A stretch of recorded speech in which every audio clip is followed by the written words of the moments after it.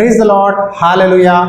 प्रभु यीशु मसीह के नाम पे लॉर्ड्स हाउस यूट्यूब चैनल के द्वारा स्वागत करता हूं। आज का परमेश्वर का वचन आपके लिए है। भजन संहिता की पुस्तक चैप्टर 32 वर्स 8 और 9 में इस तरह लिखा है, मैं तुझे बुद्धि दूंगा और जिस मार्ग में तुझे चलना होगा उसमें तेरी अगुवाई करूंगा।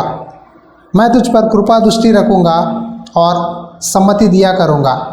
तुम घोड़े और कच्चर के समान न बनो जो समझ नहीं रखते।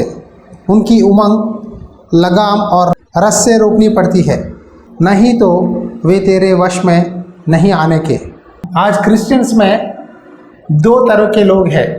एक ग्रुप है जो कि परमेश्वर जो भी कहे, परमेश्वर की बात सुनने से पहले, समझने से पहले आगे आगे दौड़ते हैं, जो कि घोड़े के समान है। मैंने कई लोगों को देखा है कलीसिया में, जब विश्वास में नहीं रहते हैं, चर्च में झाड़ू पोछा काम करते हैं, गीत गाते हैं, गवाही देते हैं, स्तुति करते हैं, जल्दबाजी से घोड़े की तरह विश्वास में भागते हैं और सबके सामने अपने आप को दिखलाते हैं कि वो बड़े भक्त है।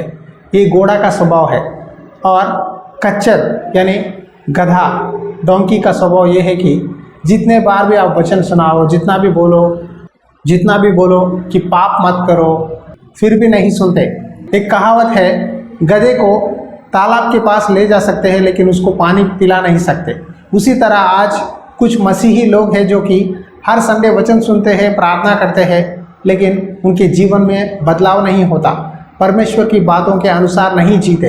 ये है गधा का स्वभाव। आज परमेश्वर यहाँ कहते हैं कि तुम घोड़े और खच्चर के समान न बनो जो समझ नहीं रखते। देखो, घोड़ा को कंट्रोल करने के लिए एक उसके मुंह से एक रस्सी बांधते हैं, उसी तरह एक गधे के पीठ पर बोझ डालकर उससे काम करवाते हैं। घोड़े को कंट्रोल करने के लिए रस्सी बांधते हैं और गधा को कंट्रोल करने के लिए उसके पीठ के ऊपर वजन डालते हैं।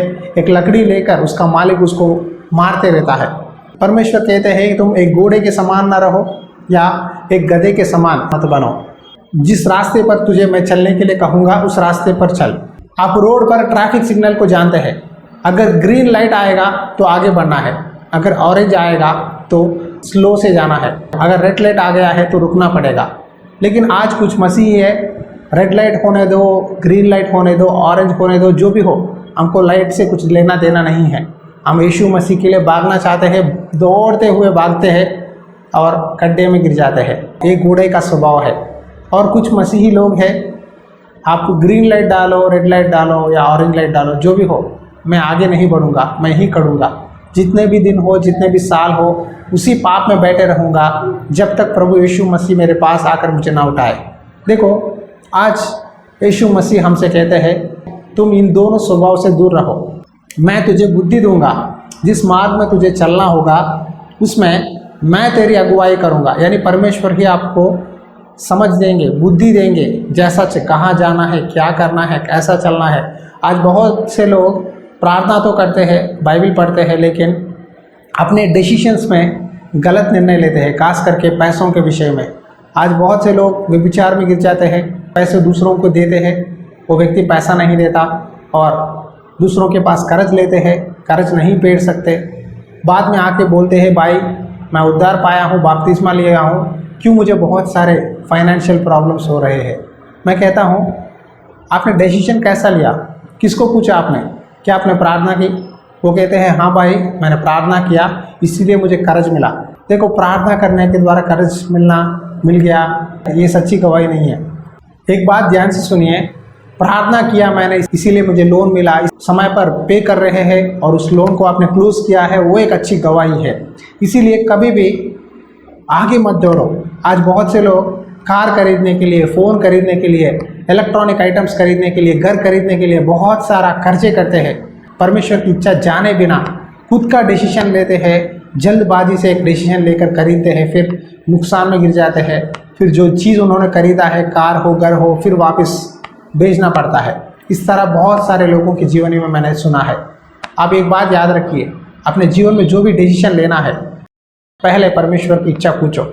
यहाँ वचन में लिखा है कि मैं तुझ पर कृपा दृष्टि रखूँगा और सम्मति दिया करूँगा। हालेलुया। परमेश्वर का नज़र आपके ऊपर है तो सोचो कि परमेश्वर आपको कुछ जवाब देने वाले हैं, कुछ बताने वाले हैं।